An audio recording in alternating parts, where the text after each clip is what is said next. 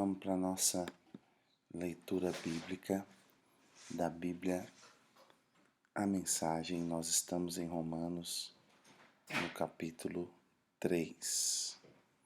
Nós estamos aqui nessa biblioteca virtual, que é a Olive Tree, tem vários livros de edificação, inclusive várias versões da Bíblia, e nós estamos estudando a versão bíblica da Bíblia, a mensagem, e nós estamos lendo e comentando Romanos, o Evangelho de Deus. Mas, se é assim, que diferença faz ser judeu ou não? Ser ensinado nos caminhos de Deus ou não? Na verdade, faz muita diferença, mas não como muitos pensam. Para começar, lembrem-se de que os judeus foram incumbidos de escrever e transmitir a revelação de Deus, as Escrituras Sagradas. E como fica a situação dos judeus que abandonaram a sua posição? Deus não os abandonou. Você pensa que a sua falta de fé cancela a fidelidade de Deus? De jeito nenhum. Contem com isso. Deus mantém sua palavra, ainda que o mundo inteiro minta descaradamente. As Escrituras dizem o mesmo. Suas palavras permanecem fiéis e verdadeiras. A rejeição não intimidará Deus. Mas se a nossa maneira errada de agir apenas realça e confirma o caráter fiel de Deus, não deveríamos ser elogiados por isso? Se nossas palavras nem sequer deixam marcas em suas boas palavras, Deus não cometeria um erro em nos pôr contra a parede e nos condenar pelo que dissemos? É uma pergunta natural, mas a resposta é não, um não bem enfático. Como as coisas seriam corrigidas se Deus não agisse para corrigi-las?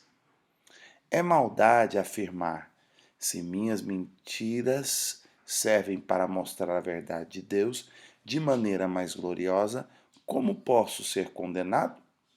Estou fazendo um favor para Deus. Alguns, na verdade, tentam pôr essas palavras em nossa boca.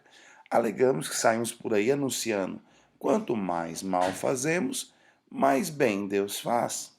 Então, continuemos assim. É pura calúnia, e estou certo de que vocês concordam conosco. Se é assim, onde isso nos levará? Será que nós, judeus, estamos em situação melhor que os outros? Na verdade, não. Basicamente, todos nós, judeus e não judeus, começamos em condições idênticas. Todos nós começamos como pecadores. E as Escrituras não deixam dúvidas sobre isso. Não há ninguém vivendo como deve, nenhum sequer. Ninguém entende, ninguém presta atenção em Deus. Todos eles erraram o caminho, todos estão vagueando sem rumo. Ninguém está vivendo da maneira correta e não creio que há quem consiga. A garganta deles é um túmulo aberto e a língua escorregadia para enganar. Cada palavra que pronunciam está impregnada de veneno. Eles abrem a boca e empesteiam o ar. São eternos concorrentes ao prêmio de pecador do ano e emporcalham a terra com sofrimento e ruína. Não fazem menor ideia de que seja viver em comunidade. Eles passam por Deus e o ignoram. Está claro que esse texto não representa o que Deus diz a respeito dos outros, mas o que diz sobre nós, a quem as Escrituras foram primeiramente endereçadas. Está claro também que somos todos pecadores, cada um de nós. Estamos no mesmo barco furado com todos os outros. Nosso envolvimento com a revelação de Deus não nos deixa de bem com Ele. Isso só faz realçar nossa cumplicidade com o pecado de todos os outros. Mas agora há algo novo no horizonte. Aconteceu que o Moisés e os profetas anunciaram por tanto tempo. Deus resolveu agir para acertar as coisas sobre as quais lemos nas Escrituras por meio do que Jesus fez por nós. E não apenas por nós, mas todos os que creem nele, pois nisso não há diferença entre nós e eles. Uma vez que nós e eles reunimos esse longo e lamentável registro como pecadores e provamos que somos incapazes de viver a vida gloriosa que Deus deseja para o ser humano, Deus resolveu fazer isso por nós. Por pura graça generosa, Ele decidiu acertar a nossa situação com Ele, um presente do céu. Ele nos retirou da confusão em que estávamos e nos restaurou para fazer de nós o que Ele sempre quis que fôssemos. Ele o fez por meio de Jesus Cristo. Deus sacrificou Jesus no altar do mundo para purificar o mundo do pecado. A fé nele nos deixa limpos. Deus decidiu, sob o olhar de todos, deixar o mundo numa situação aceitável diante dele por meio do sacrifício de Jesus, finalmente cuidando dos pecados que ele havia suportado com tanta paciência. Isso não só está claro, mas acontece agora. É história atual. Deus consertou a situação e também agora permite que vivemos em sua justiça. Portanto, como fica o orgulho judeu com seus supostos direitos? Anulado? Sim, anulado. O que aprendemos é o seguinte: Deus não reage ao que nós fazemos. Nós é que reagimos ao que Deus faz. Finalmente, conseguimos entender.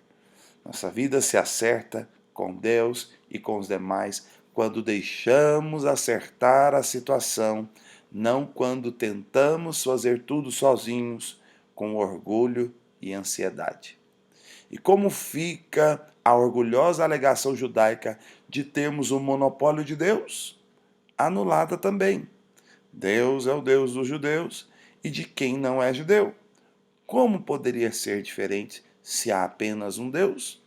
Deus resolve a situação de todos que aceitam o que ele fez e disso participam, tanto os que seguem nosso sistema religioso, quanto os que nunca ouviram falar da nossa religião.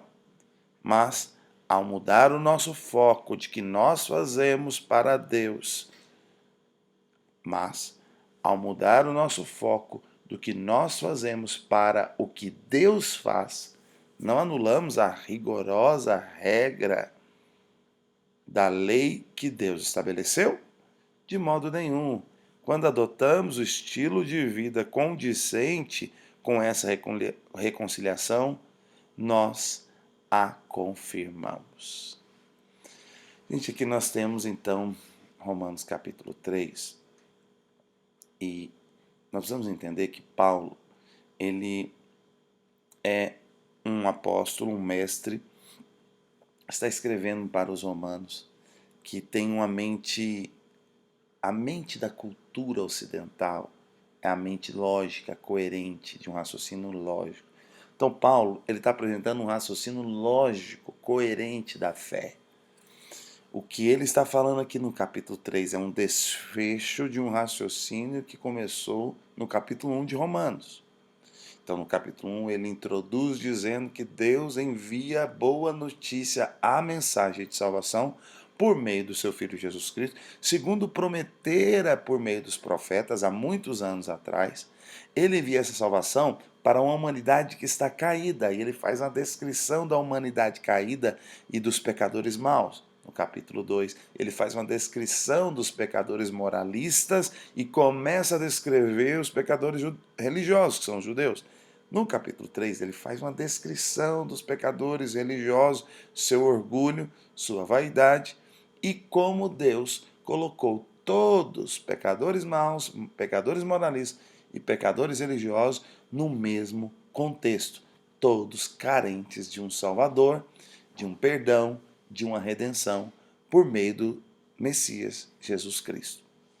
E aí, ele apresenta que Deus mudou a mão, Deus mudou a ordem das coisas, enquanto as coisas todas no Velho Testamento eram na seguinte ordem: você faz algo, então Deus te abençoa. E aqui o Evangelho de Deus apresenta uma mudança de ordem.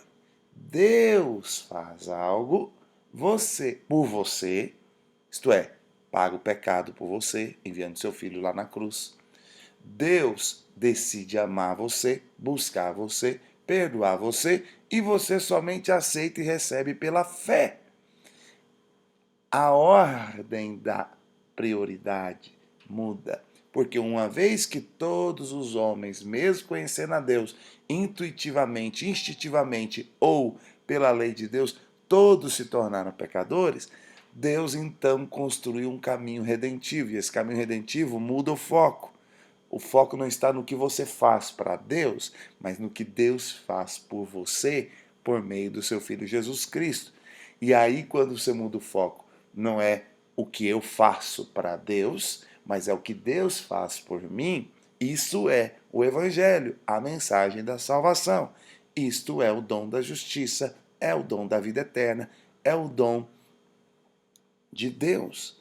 E quando você muda o seu foco para o que Ele fez por nós, então nós reagimos, entendeu? Esse raciocínio é muito precioso. O foco da lei era o que você faz para Deus, então Deus reage. O foco do Novo Testamento, que é a redenção de Deus, é o que Deus faz por nós, pecadores, e nós reagimos pela fé no que Ele faz. Então, a genuína vida cristã não é uma tentativa, mas é uma reação ao amor divino. O amor divino vem a nós, então nós vamos a Ele. O amor divino nos inspira, então nós temos fé.